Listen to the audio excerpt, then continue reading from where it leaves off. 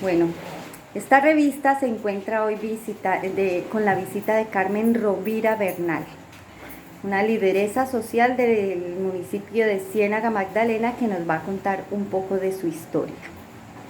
Cuéntenos, ¿quién es Carmen Rovira Bernal?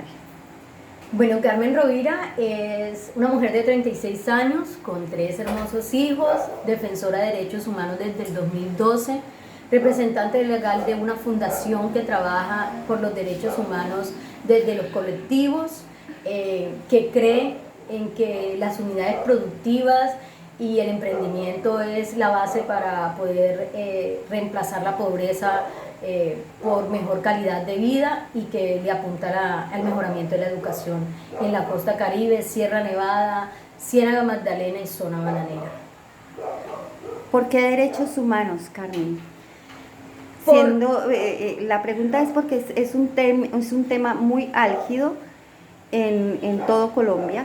Entonces, ¿por qué derechos humanos? Porque es que si los individuos no conocemos nuestros derechos, pero también nuestros deberes como ciudadanos, es muy difícil hacer una transformación social. Creemos y le hemos apuntado siempre a que la gente no solamente tenga claro cuáles son las exigencias que pueden hacer desde los colectivos y desde el individuo como tal, sino también cuáles son sus compromisos como colectivos de la sociedad hacia un país y hacia el avance de nuestro país. Por eso somos derechos humanos y por eso creemos en ellos. Y como defensora de derechos humanos, ¿usted se ha sentido vulnerada? Sí, claro, por supuesto. Este es un tema que no a todo el mundo le agrada. A la gente siempre tiene de pronto el ideal y cree que tener derechos, conocer los derechos, los hace exentos de conocer también responsabilidades de esos derechos. Entonces existen las dos posiciones: los que no quieren que los demás conozcan sus derechos y los que conocen sus derechos pero no quieren asumir también sus responsabilidades con respecto a esos mismos derechos que tenemos individualmente como colombianos. Entonces sí, en muchos momentos hay amenaza, hay intimidación por parte de muchas posiciones. Los derechos humanos no les gusta a la gente que hace política, a la gente que hace empresa. Entonces es un tema que hace que no todo el mundo esté contento con lo que tú haces. ¿Usted ha sido desplazada? Sí, la historia de mi familia es una historia muy compleja. Yo soy descendiente de tolimense y desde ese tiempo mi familia tuvo su primer desplazamiento. Mi abuelo y mi abuela fueron niños que tuvieron que criarse solos, porque en los tiempos de la violencia en el interior, cuando los liberales y los conservadores se confrontaron en el Tolima, en Cundinamarca, en el interior del país, y fue una guerra tan absurda, pues fueron masacradas todas sus familias y ellos se desplazan a la Sierra Nevada de Santa Marta, que realmente es la Sierra Nevada de Ciénaga, a San Pedro de la Sierra y sus alrededores, y vienen a ser parte, a trabajar como campesinos, siendo niños de 15, 16 años. Por eso yo soy cienaguera de nacimiento, pero mis raíces son tolimenses. Entonces ese fue el primer desplazamiento y la primera guerra o víctima, como el primer momento en que fuimos víctimas como familia. Luego en el 2002 nuevamente somos víctimas ya en un núcleo familiar y hacemos parte de hecho del registro único de víctimas del país, debido precisamente a todas las situaciones que se vivieron en esos momentos y que se declararon en esos momentos también por parte de los grupos armados del país. Bueno, yo veo mucha tenacidad en su trabajo. Si su familia fue victimizada una vez, no importa por qué grupo armado, aún así usted continúa con el trabajo por los derechos humanos y de las mujeres.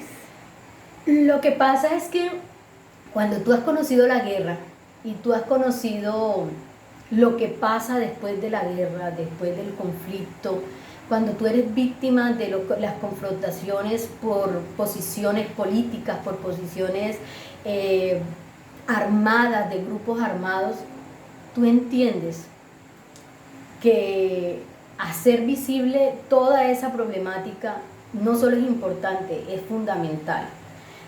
Que podemos tener dos posiciones ante ser víctimas. La primera es nosotros guardar silencio, que lo hacemos muchas veces. Hay muchas historias que los que somos víctimas no contamos por miedo, por temor, por sobreguardar nuestras familias.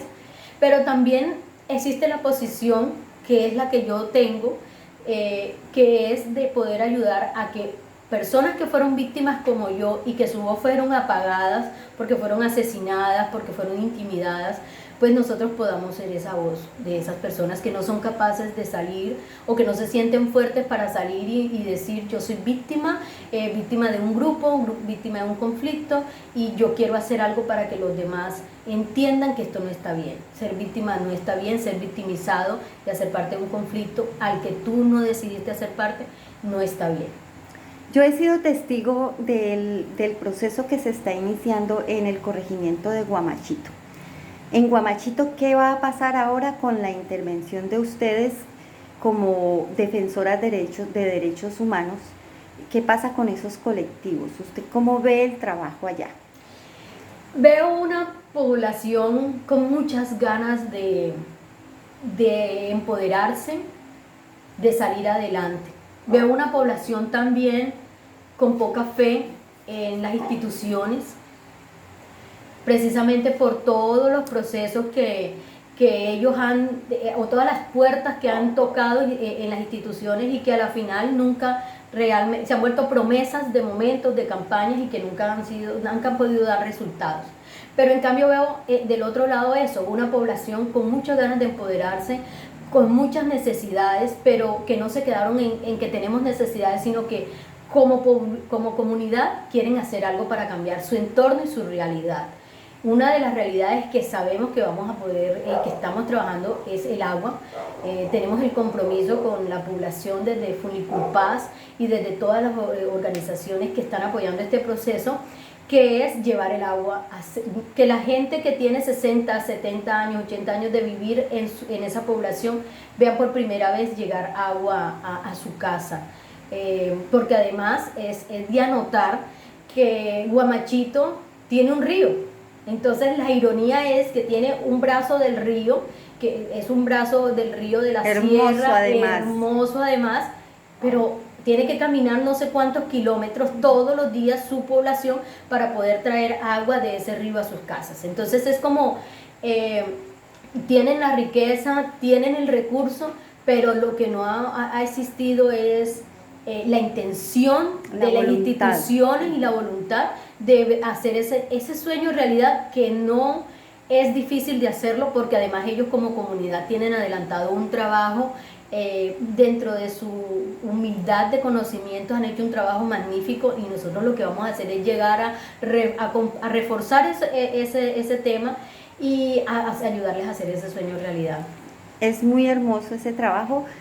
Tenemos que recordar que no es que el agua sea vital para la vida, el agua es la vida, ¿sí? Entonces es la calidad de vida. Pero me llamó muchísimo la atención el colectivo de mujeres que se formó hoy en Guamachito. Entonces, ¿qué pretende la fundación con este colectivo de mujeres que se formó hoy? La fundación lo que busca, y nosotros como defensoras de derechos humanos lo que buscamos, es que estas mujeres queden a cargo de estos procesos. Porque nuestra función no es hacer dependientes los procesos de nosotras, sino llegar a las comunidades, fortalecerlas, capacitarlas, y que ellos como comunidad queden responsables de sus proyectos. Entonces, esa es nuestra intención. El colectivo que hoy se formó es con el fin de que sean visibilizadas las mujeres de Guamachito, que Guamachito comience a ser conocido por las riquezas no solamente naturales que tiene, sino su poder humano, su capacidad humana que hay, que es increíble ver que dentro de tanta escasez a nivel educativo, a nivel de salud, a nivel de condiciones humanas, encontremos tantos potenciales de gente mayor, de gente joven que tienen ganas de hacer cosas diferentes, de capacitarse, de aprender, de dirigir, lejos de los intereses particulares, siempre pensando en lo colectivo, y yo creo que ese va a ser el éxito de Huamachito, que están pensando en lo colectivo. Para que adquieran una identidad también. Sí, ¿cierto? porque es que el problema grande que tenemos nosotros en nuestras comunidades es que no tenemos identidades. Entonces, lo que buscamos es eso, a través de proyectos, crear a Huamachito una identidad. Que la gente cuando escuche Huamachito no solamente le dé la curiosidad de conocer en qué parte del país está, porque nadie sabe en dónde se encuentra ubicado, sino que adicionalmente entren a poder conocerlo. Gracias a las redes sociales estamos haciendo un trabajo en el que lo que queremos es que la gente llegue y desde donde se encuentre en cualquier parte del mundo pueda conocer cómo viven estas personas, cuáles son sus necesidades, pero también qué están haciendo para cambiar su realidad. Y que podamos ayudarlos, o sea, y que todo el que esté interesado que trabaje de la misma manera que lo hacemos nosotros, lejos de intereses particulares, pues lleguen a aportar a este municipio emprendimientos, apoyo económico, proyectos, lo que la persona pueda aportar. Perfecto. Carmen, muchísimas gracias. Usted es una gran líder. Gracias a ustedes. Bueno.